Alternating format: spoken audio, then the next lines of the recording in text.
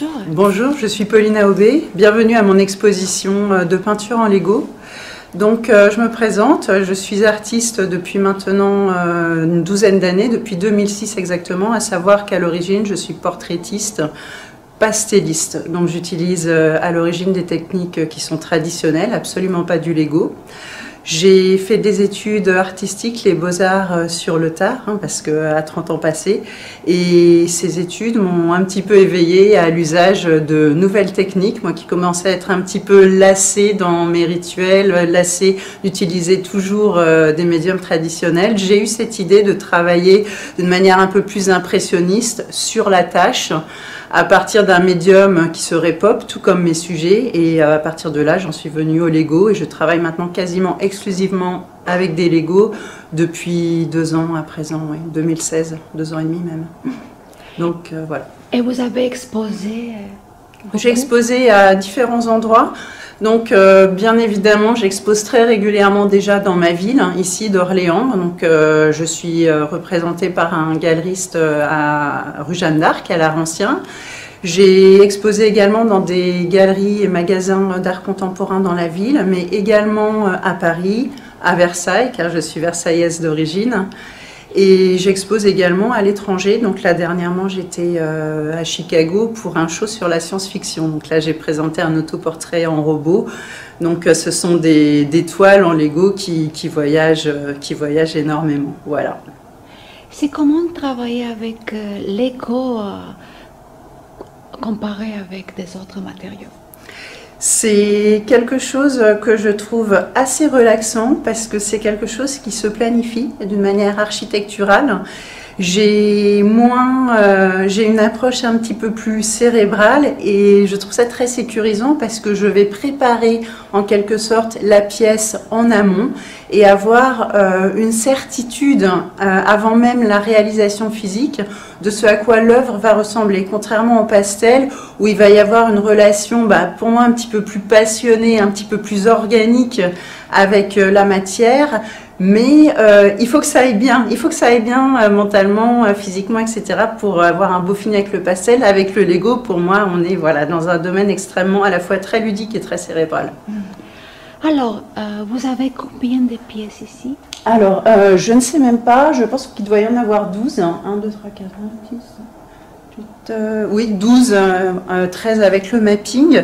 C'est une petite partie de mon travail parce qu'il y a une partie en effet qui est aux États-Unis en ce moment, une autre partie qui est dans ce magasin d'art contemporain en centre-ville, une autre partie dans la galerie. Et également, et j'en ai une autre partie qui revient de Nantes, voilà, d'une exposition. Donc au total, j'ai une 50aine de pièces qui sont présentes. Voilà, donc là, 13, une sélection qui était pour moi un petit peu adaptée de par les formats, les sujets au public de l'auditorium de la bibliothèque. C'est que mon nom d'artiste a changé extrêmement récemment. C'est-à-dire qu'en effet, vous m'avez demandé c'est bien Paulina Aubé, votre nom je le prononce bien, donc oui c'est bien Paulina Aubé, c'est bien mon nom d'artiste, mon Instagram, mon Facebook, mais j'en ai changé officiellement que la semaine passée. Ah oui. Parce qu'auparavant, comme vous pouvez le voir là-dessus, mon nom c'était Poupée de chair et j'ai voulu enlever ce nom parce qu'il est devenu un petit peu misleading. Pour le coup là c'est en anglais que le terme me vient, je ne sais même pas comment je veux dire en français.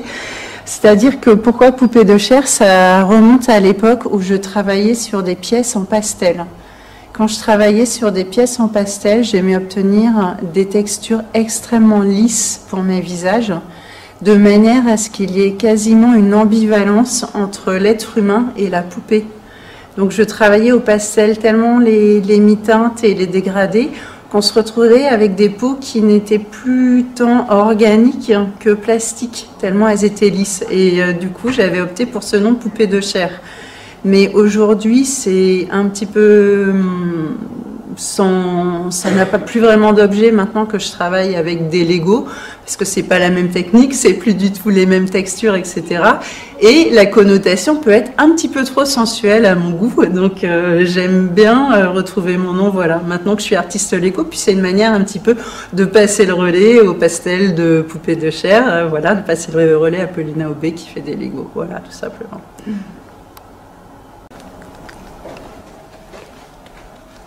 Alors moi, je vais travailler toujours à partir de sujets qui sont forts pour moi. Je vais aimer travailler soit sur un sujet vraiment brut que je ne vais pas nécessairement détourner, que je vais prendre tel quel, soit sur des sujets que je vais détourner par l'intermédiaire d'une photomanipulation. Donc là, on est un petit peu...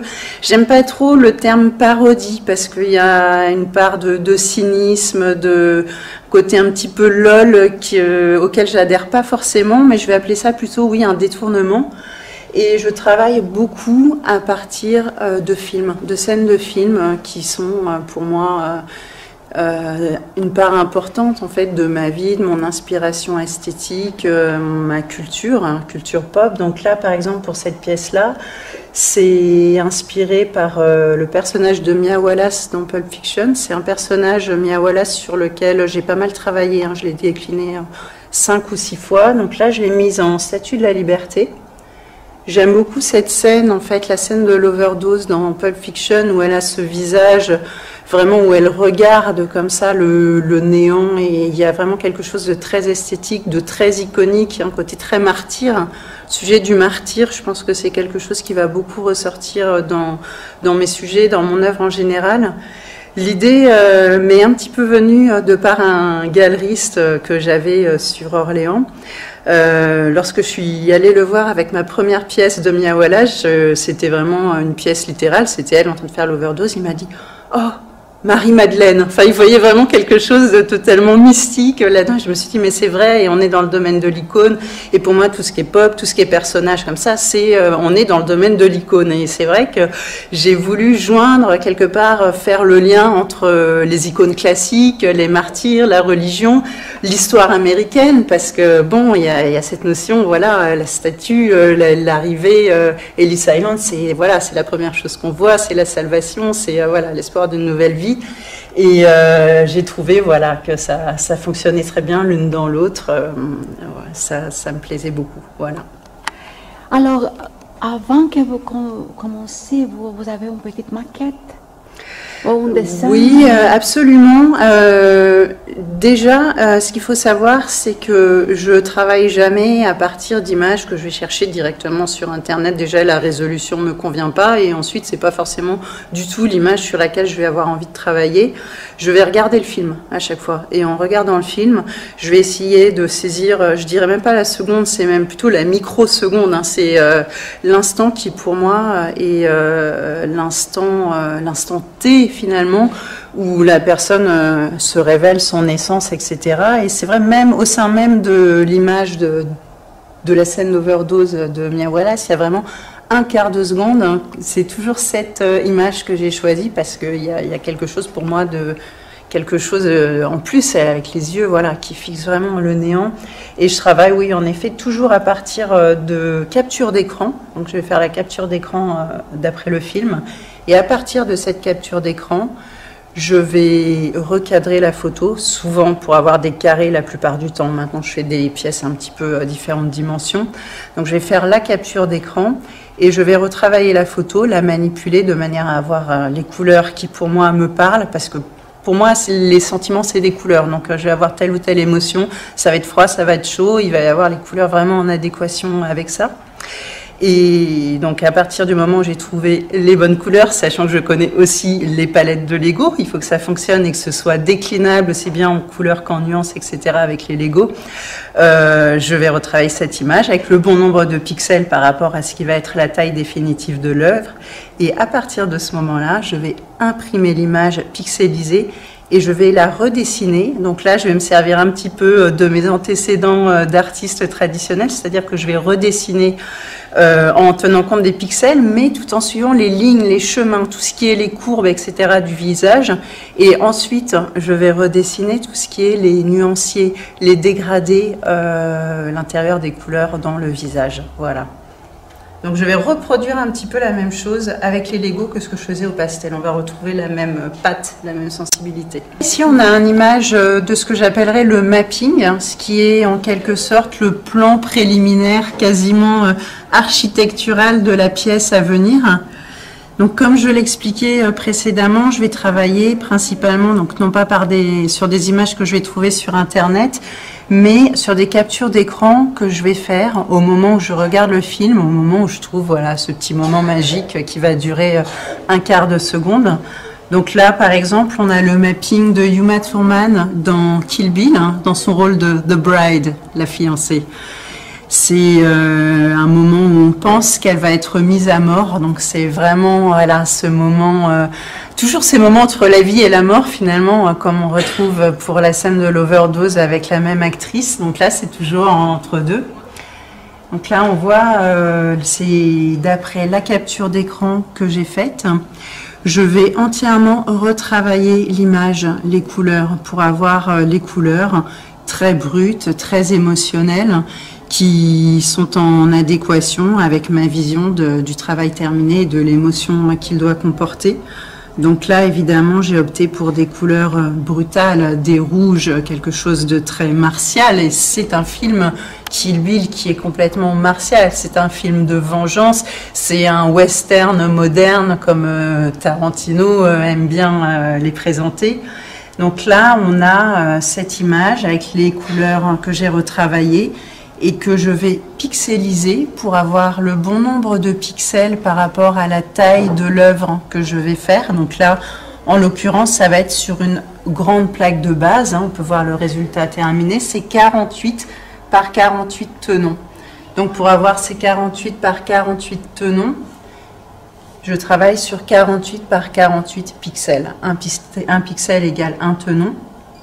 Et une fois que c'est fait, c'est un petit peu fouillis, toujours l'image malgré tout, parce que la pixelisation, il y a du fouillis. On est dans une approche qui devient très moléculaire, avec des éclatements, etc. Et on est très loin de ce qui va être vraiment un portrait avec des courbes, avec des dégradés de couleurs. Et moi, c'est ce que je vais tenter de retranscrire comme lorsque j'étais pastelliste, de la même manière. Donc avec mon crayon indélébile, je vais m'arranger pour retrouver les courbes du visage. Donc les formes, la forme des lèvres, la forme du visage, la forme des tours des yeux. Donc tout va être segmenté, retranscrit comme ça avec le crayon. Et à l'intérieur, une fois que les formes sont retrouvées, je vais retrouver toutes les couleurs en fonction des couleurs des Legos qui existent et des dégradés que je veux obtenir. Donc là, toutes les petites initiales, tous les codes, c'est le code de la couleur, voilà, du Lego que je vais commander. Yellow, orange, orange, red, etc. Donc c'est les initiales des couleurs qui sont en anglais. Voilà. Vous faites aussi des grandes sculptures. Oui, tout à fait. Des grandes mosaïques plutôt, oui. Parce que c'est toujours en deux dimensions. Hein. Finalement, c'est ça qui est difficile à expliquer quand on dit oh, je travaille avec les Lego. Les gens pensent toujours qu'on travaille en trois dimensions. Alors, il faut expliquer qu'on travaille, que je fais des peintures en Lego. Alors, les gens comprennent pas. Me disent est-ce que tu peins les Lego? Non, je peins pas les Lego. Est-ce que tu pixelises et que tu fais croire que c'est... Non, non, c'est vraiment des Lego.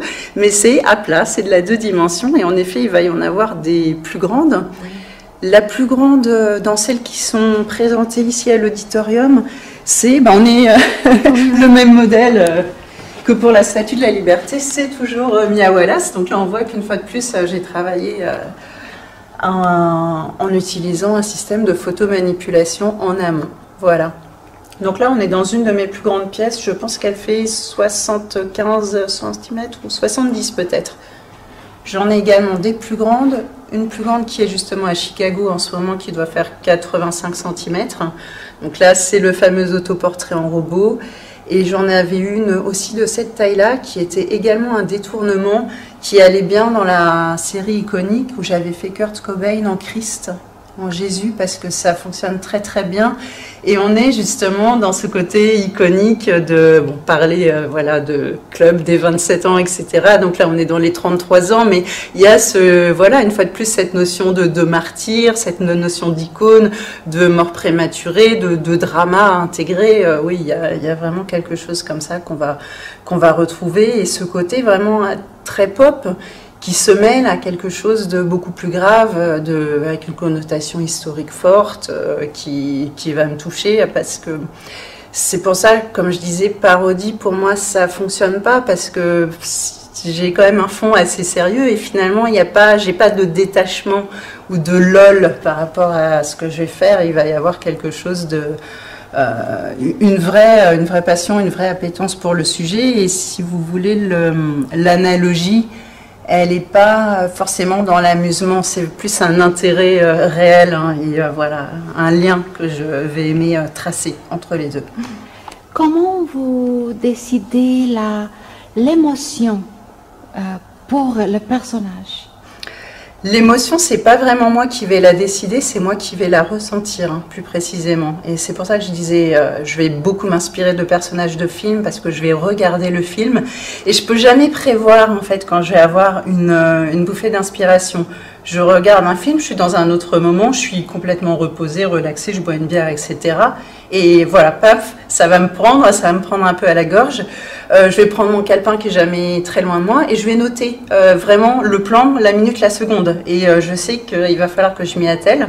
Ça va fonctionner, ça va pas fonctionner parce que des fois on a un coup de cœur pour une image et on se rend compte qu'on peut rien y... Soit que c'est pas réalisable techniquement avec cette technique de pixelisation qui a une perte, une déperdition quelconque, soit on se rend compte qu'on ne peut rien ajouter, que l'image elle est parfaite telle qu'elle est et que ça ne sert à rien de la reproduire en Lego, finalement c'est complètement stérile.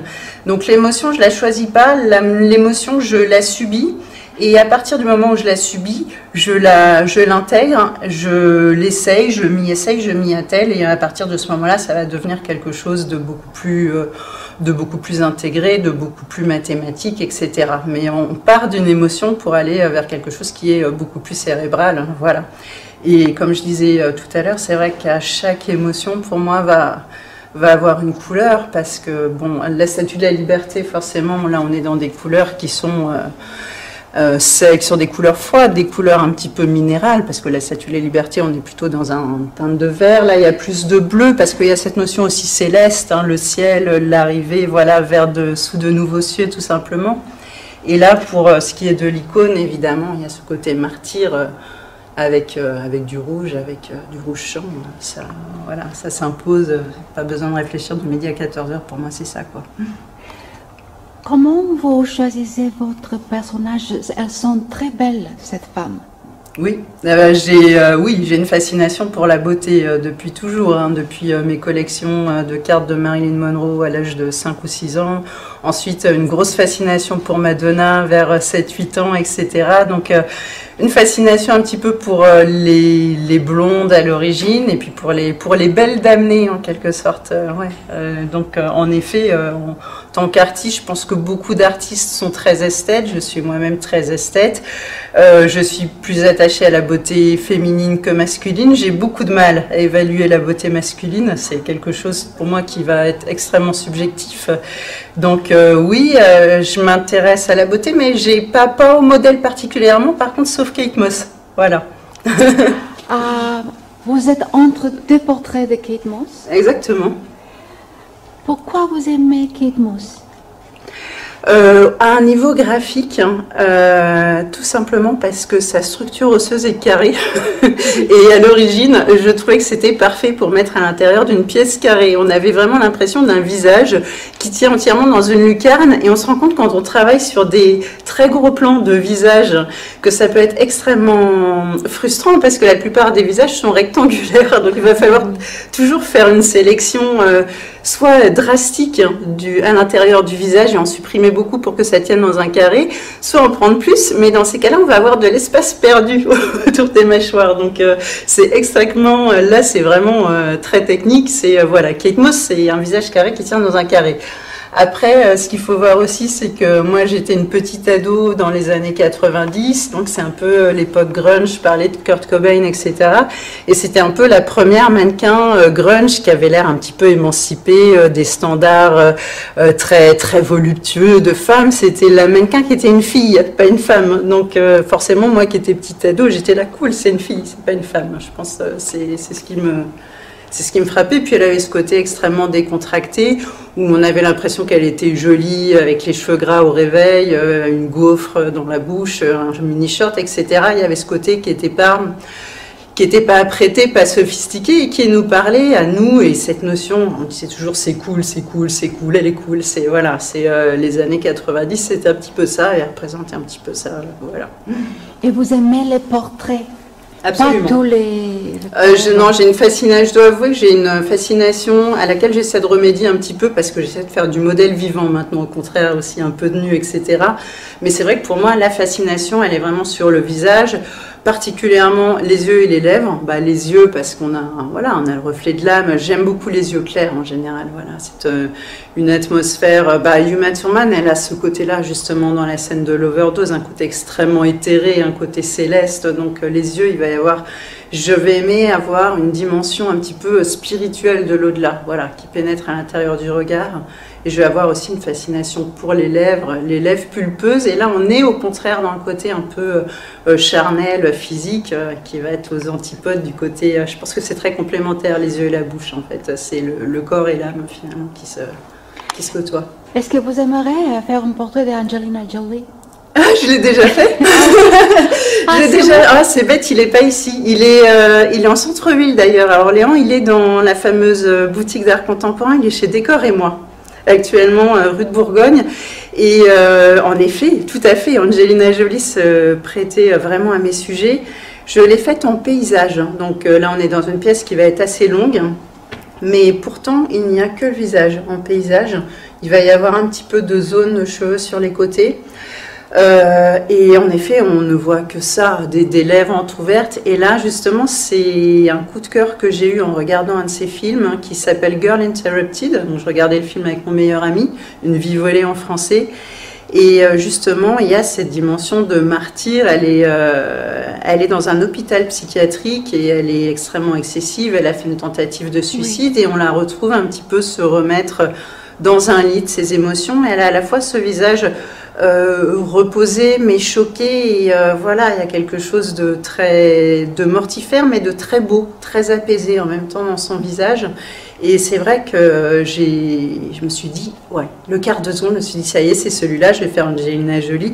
Sauf que le traitement, c'est vrai que j'aime pas forcément dire toujours aux gens, oui, alors ça c'est un portrait d'Angelina Jolie, ça c'est un portrait de Uma Thurman, même si c'est le cas et qu'on me demande et je joue le jeu, parce que j'aime bien avoir cette notion d'abstraction. Déjà, c'est d'avoir le Lego, ça permet d'avoir ce côté un petit peu abstrait, notamment quand on regarde de très près, on voit plus rien de figuratif, on voit plus de décarré.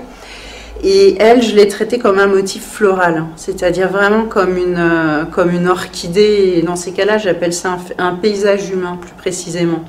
Donc c'est uniquement des roses, c'est uniquement des mauves, et voilà, il y a ce côté fleur, une fleur sèche en fait, qui ressort selon moi dans le rendu, à savoir que les teintes sont un petit peu trop acidulées grâce au Lego pour être florales. Mais j'aime bien cette ambiguïté de toute manière entre l'organique et quelque chose qui va être beaucoup plus pop, beaucoup plus acidulé, voire un petit peu, je dirais pas malsain, mais voilà, un petit peu plus subversif au niveau de la couleur en tout cas. Alors, qu'est-ce qu'on a ici? Quelle surprise! Mia Wallace. Donc oui, là c'est dans mes premiers modèles et on est une fois de plus sur Uma Thurman, la scène de l'overdose. On n'est pas dans un détournement, on est dans quelque chose, un traitement très très brut, avec une technique beaucoup plus postérisée. Ce que j'appelle postérisé, c'est qu'on ne voit pas énormément les volumes du visage. Il y a le côté très Warhol, c'est très blanc. Il y a le côté très flashé, en fait, ça ressemble à un Polaroid finalement. Là, c'est quelque chose de... Voilà, c'est une surface aplanie. Je pense que le côté justement flashé va complètement neutraliser le côté un petit peu trash, un petit peu gore en fait de la scène. Donc on est ouais, dans cette esthétique du trash, mais un peu warholienne en fait. Vous avez dit que vous aimez les blondes. Oui. On a des blondes ici. Oui, exactement. Bah, là, on a la blonde. Oui, bah, c'est vrai que je me disais, quitte à travailler vraiment sur des icônes blondes, pourquoi pas travailler sur l'icône blonde par excellence, à savoir Marilyn Monroe. Ça, c'est une image, je pense que c'est une image où elle ne doit pas être très âgée encore dessus. Ça doit être une image du tout début des années 50 qui est prise par André de Dienes, qui avait déjà fait une séance photo d'elle Dans les mêmes circonstances, pareil, une séquence un petit peu plage où elle avait les cheveux plus longs, plus roux, où elle était plus Norma Jean encore hein, vers 48-49. Donc là, elle est passée du côté Marilyn, mais il y a ce côté qui est vraiment, elle, selon moi, le côté pin-up, le côté plage, le côté désinvolte. Puis comme on la connaît un petit peu dans certains Lem Show, où elle est, là, il y a toutes ces scènes justement de plage où elle a l'air un petit peu écervelée comme ça. Et pour elle, on peut remarquer, c'est une des rares, voire même la seule, où on voit du corps. Parce qu'on parlait de ma passion pour les visages, et particulièrement les très gros plans qui réifient quasiment, des fois, plus qu'ils ne le rendent singulier, le visage. Donc là, on voit du corps, parce que Marilyn, c'est quand même avant tout un corps aussi. Oui. Ça permet de l'identifier très vite. Et puis ce blanc, elle a porté beaucoup de blanc. Ouais, voilà, très souvent du blanc sur Marilyn, même les photos de la fin de sa vie. Là, les fameuses où elle a posé avec son ami dans des suites de New York, le verre de champagne, le visage éthéré, le visage fatigué. Voilà, là, toujours quelque chose de l'ordre de l'apparition, comme si elle n'avait jamais été là vraiment finalement en fait. Et il y a un homme ici, Harrison Ford. Absolument. Pourquoi vous avez choisi Harrison Ford? C'est une bonne question pour pas mal de raisons, parce que j'ai grandi déjà dans les années 80, et dans les années 80, je pense que Harrison Ford, je dirais pas que c'était l'icône masculine par excellence, mais tous les films qu'on préférait, ils étaient avec Harrison Ford. Donc c'est vrai que ce soit la série d'Indiana Jones qui se déroule entièrement dans les années 80, Blade Runner que j'ai adoré, et puis évidemment Han Solo de Star Wars. Donc en fait tous les films qu'on préférait c'était Harrison Ford. Il avait ce côté très, en même temps très accessible, très c'est le super héros, mais c'est everyone's best friend. Enfin il a ce côté très accessible et très reconnaissable. Et je trouve qu'il est très reconnaissable justement sur, oui. Sur le tableau, parce que c'est un de mes seuls Lego, ou une de mes seules peintures en Lego, tout le monde me dit à chaque fois dès le premier regard, et je pense que c'est dû au regard justement parce qu'il a ce côté, je dirais pas comme Christophe Lambert en France, mais il a une très légère, voilà, le regard un petit peu rapproché, très prédateur comme ça, avec les arcades sourcilières très prononcées. Je pense que c'est ce qu'on retrouve un petit peu. Là, c'est d'après Blade Runner.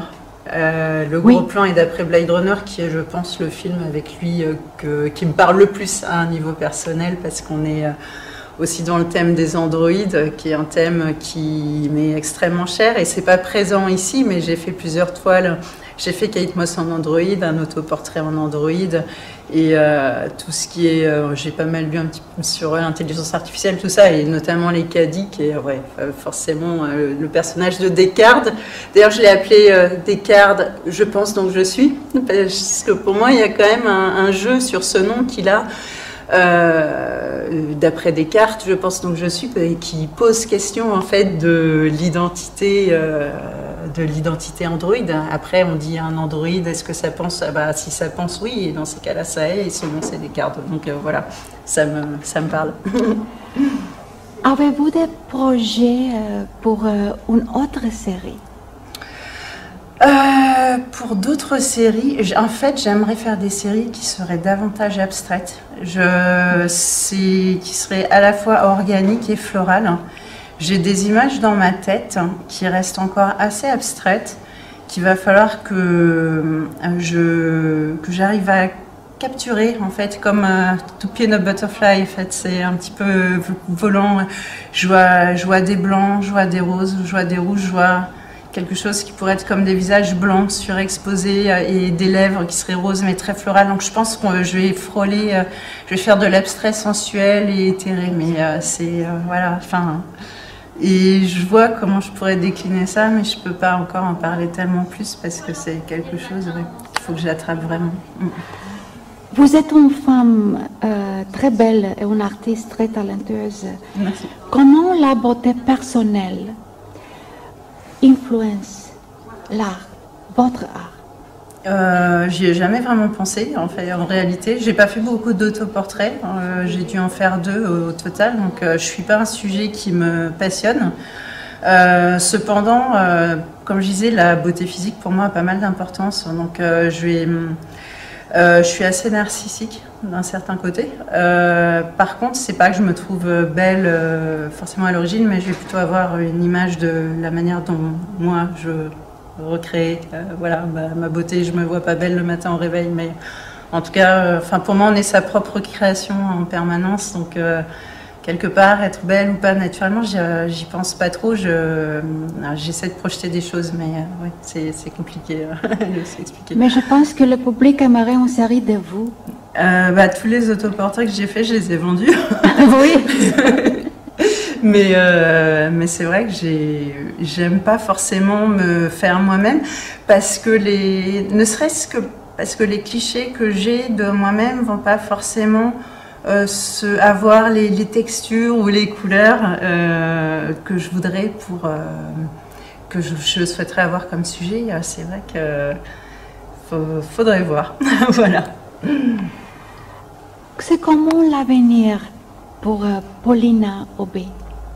Alors, l'avenir, c'est un bien grand mot. Disons que là, pour l'instant, je poursuis mon petit bonhomme de chemin. Et c'est vrai que pour moi, c'est juste un début. Ce que je vois, justement, j'aimerais renforcer justement de plus en plus ma signature visuelle, de m'éloigner de plus en plus.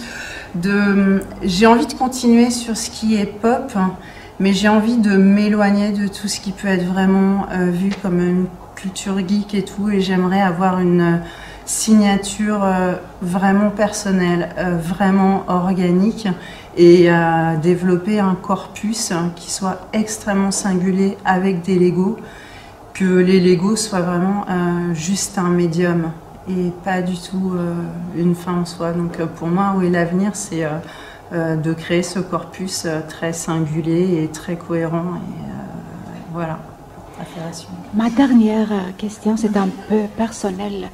Vous partagez votre vie avec un écrivain, un auteur? Absolument, tout à fait. Ça influence votre travail? Oui, oui, je suis obligée de dire oui, parce qu'on a les mêmes centres d'intérêt. Je pense qu'on a tendance à s'influencer l'un et l'autre. Notamment lui, il écrit beaucoup de science-fiction. Et c'est vrai qu'on a ces discussions, et puis je pense qu'on a tous les deux ce côté où on aimerait bien être dématérialisé, être des purs esprits, etc. Donc on discute beaucoup à partir de ça, l'intelligence artificielle, le clonage, l'organique, comparé à l'informatique. Donc on a ce côté où un petit peu... Bon, notre approche reste très empirique, hein, voilà, des choses, mais on a ce côté, on va mélanger une forme d'empathie, de sensibilité avec un côté beaucoup plus froid qu'on a tous les deux, en fait. Donc, oui, le fait qu'il écrive sur la science-fiction, qu'on se prête les livres, qu'on lise... là, je le mets dans Cadic parce qu'il lisait pas beaucoup Philippe Cadic, par exemple, etc. Donc, oui, ça aide, sachant que je suis sa relectrice. C'est moi qui relis ce qu'il fait. Donc, oui, évidemment que... Puis, il connaît très bien ma vision, mon esthétique, et voilà, on s'influence mutuellement. Paulina, merci. C'est moi qui vous remercie.